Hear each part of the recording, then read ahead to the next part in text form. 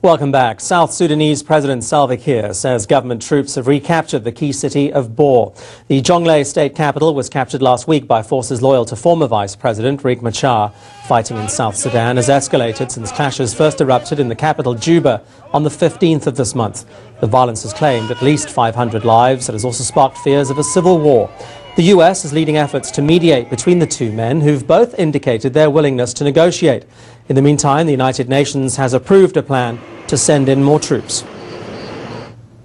Well, for more on this story, we're joined by Dr. Savo Heleta from the Nelson Mandela Metropolitan University. Dr. Savo is involved in the university's South Sudan Executive Leadership Program, designed for the country's senior government officials. Doc, thanks for coming in this afternoon. Appreciate your time. Are you surprised by the latest turn of events in South Sudan? I would rather say I'm shocked. South Sudan has been through so much suffering, underdevelopment.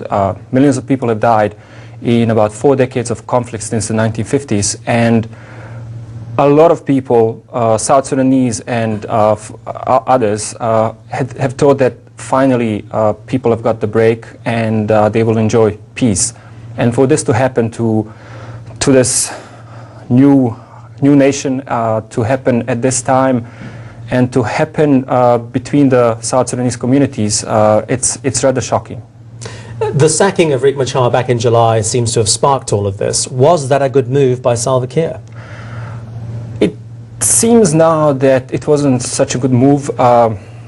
This really ultimately is a political struggle.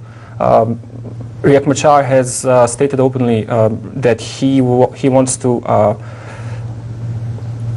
become the president, and there's a lot of unhappiness between the two currently, as we can see, the two camps, and this goes back to history where Riek Machar was part of original SPLA, the ruling party in South Sudan. Then he split, and in that fighting that took place between South Sudanese, between two different groups in the liberation struggle, about 300,000 people died over 20 years. So when we look back, one of the reasons why there's current fighting is that there was never true reconciliation process that took place in South Sudan. There was some form of reconciliation between the leadership, but it never went truly to involve the people. Recently that was supposed to take place, but then Riek Machar was supposed to lead the reconciliation process, but then Salva Kiir decided to sack him and also not allowing him to be part of the reconciliation process. So we can see that this is a political struggle that is now turning very ugly within the communities, and it's going back to what we saw in the past, fighting between different ethnic groups. So the expression of the conflict is very ugly, and it's not looking very good. Both men say they're willing to negotiate. Can an end to this violence be negotiated? I hope so. I think the only way that South Sudan will be stable is if there is a dialogue between the different groups. And South Sudanese were able to resolve their differences with Khartoum and between South Sudanese themselves through negotiations before. It can take place, but it has to take place as soon as possible, because more people die, more communities suffer. It's going to be more difficult.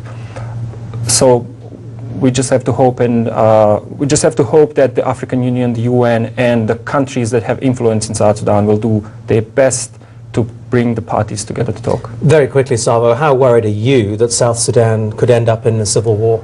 I think it's 50-50 currently.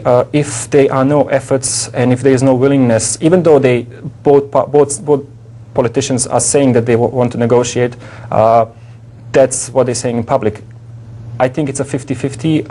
I really hope they don't go back to war, because people in South Sudan really need a break and they need peace, and I hope something will be done to stop the fighting. Dr. Savo Heleta from Nelson Mandela Metropolitan University, thank you for coming in on this Christmas Day. Overseas now, the UK is being pummeled